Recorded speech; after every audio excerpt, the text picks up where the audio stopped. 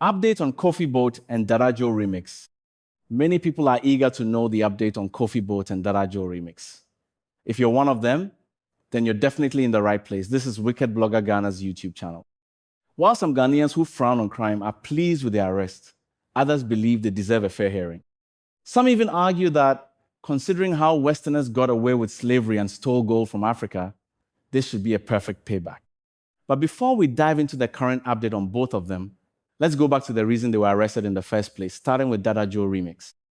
The rise and fall of Dada Joe remix. The name, Dada Joe remix, once echoed loudly in Ghana's nightlife and music promotion scene. Known for flaunting luxury, posing with celebrities, and moving in elite circles, Dada Joe projected an image of success and influence. But behind the designer clothes, flashy cars, and glitzy parties was a much darker reality, one that eventually caught the attention of the Federal Bureau of Investigation, FBI. This is how Dada Joe remix, once considered a rising figure in entertainment, ended up in handcuffs, accused of serious crimes, and extradited to face justice in the United States. Dada Joe gained popularity as a showbiz promoter and entrepreneur. He frequently appeared in photos with musicians, attended high-profile events, and lived a lifestyle many envied. But as the years passed, questions began to arise. Rumors swirled, allegations of fraud, online scams, and money laundering were whispered among insiders. For a long time, however, nothing stuck. What the public didn't know was that the FBI had been quietly monitoring him. According to sources familiar with the investigation, American authorities had been building a case for over a year. His digital footprints, communication logs, and financial activities were being tracked. He was allegedly involved in complex fraud schemes targeting United States citizens and businesses, including business email compromise, BEC, scams, and online romance fraud. The FBI's evidence included wire transfers, victim complaints, and electronic records tracing transactions back to Ghana. As the case developed, Dada Joe shifted from a person of interest to a prime suspect. The arrest in Accra. Dada Joe remix was arrested in Accra during a quiet but well-coordinated operation involving Ghanaian and United States authorities. He was reportedly caught off guard, having maintained a public image of business as usual. News of his arrest spread quickly on social media. Some fans were stunned, while others claimed they had always suspected shady dealings. Though no official statement was released immediately, leaked information confirmed he was wanted for internet fraud involving millions of United States dollars. He was held in custody while extradition proceedings began. It was clear at that point this wasn't a local issue anymore. The United States had filed a formal request for his extradition to the United States. Extraditing someone on cybercrime charges is a serious and delicate process. In Dada Joe remix's case, the FBI presented documents accusing him of wire fraud, identity theft, and conspiracy to defraud individuals across state lines. After weeks of legal procedures, Ghanaian officials approved the extradition request. Under a mutual agreement between the United States and Ghana, suspects can be extradited if sufficient evidence is provided and the offense is recognized under both countries' laws. When Dada Joe was finally handed over, he was heavily guarded and placed in handcuffs. The chains signified not just security precautions, but the gravity of the charges. When the FBI chains a suspect during extradition, it usually signals a high-profile case. It also shows the suspect is being treated as a federal offender, not a minor criminal. He boarded a flight to the United States, ending his freedom in Ghana and beginning his legal reckoning in America. The case of Kofi Boat. On the other side of the story is Isaac Kofi Oduro Boateng, popularly known as Kofi Boat. He was arrested in Ghana following a joint operation involving the Ghana Police Service, the FBI, and Interpol. The well-known businessman, with links to local celebrities, was picked up at his residence in Accra on the 13th of June, 2025.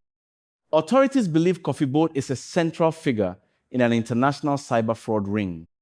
He was arrested alongside two others, Inusa Ahmed and Derek Vanyeboa, while another suspect, Patrick Kwame, remains at large. Investigators allege that the group operated an elaborate fraud network targeting individuals and businesses across the United States. Millions of dollars were reportedly stolen through scams, including phishing, fake investment platforms, identity theft, and wire fraud. During the arrest, electronic devices containing bank transaction records, fake identifications, and fraudulent communications were seized. The arrest followed a formal request by United States authorities for the extradition of Kofi Boat and his alleged accomplices. According to sources, the evidence gathered was substantial, public reaction and legal implications. The case gained wide attention in Ghana due to Kofi Boat's popularity and high-profile connections. While many saw him as a successful entrepreneur, his arrest cast doubt over the legitimacy of his businesses. Legal proceedings are now underway to determine the validity of the extradition request. Ghana and the United States have an extradition treaty, but each case must be reviewed and approved by a local court. Legal experts say the process could take weeks or even months, depending on how the defense team responds, when Wicked Blogger Ghana spoke to some top legal experts in New York. Meanwhile, Ghanaian and United States officials are still searching for the fugitive, Patrick Kwame Asare, believed to have fled the country just before the raid. As this case unfolds, many are wondering if this signals a broader crackdown on cybercrime in Ghana, especially among the elites who mask criminal operations with lavish lifestyles.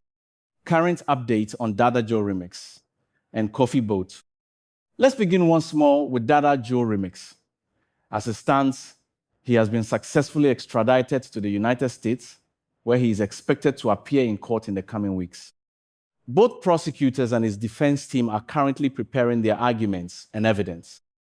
He faces several charges in a United States federal court, including conspiracy to commit wire fraud, aggravated identity theft, access device fraud, money laundering.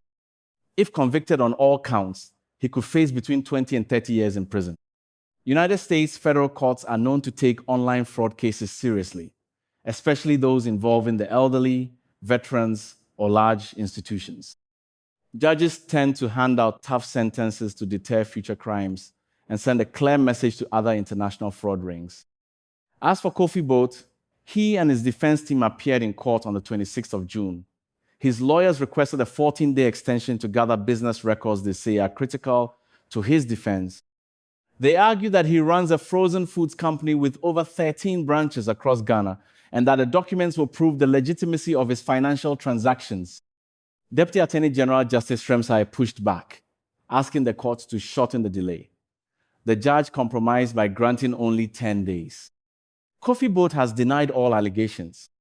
His team disputes the widely reported $100 million fraud amount, claiming the actual figure is closer to $300,000, and that it stems from legitimate business operations. He remains in custody under the supervision of the National Investigations Bureau. His wife is reportedly assisting in compiling the necessary documents for his legal defense. The extradition request stems from a May 2023 indictment by the United States District Court for the Southern District of New York, which charged him and others with conspiracy to commit wire fraud and money laundering. One thing is clear. According to our sources in New York, Kofi Boat is very likely to be extradited as well. Thanks for watching this exclusive story on Wicked Blogger Ghana, where we go beyond the headlines and tell you what others want. For more deep dives into cases like this, fraud exposés, and real street stories, don't forget to subscribe to our YouTube channel and turn on notifications. This has been Wicked Blogger Ghana. No filters, no fear, just the truth.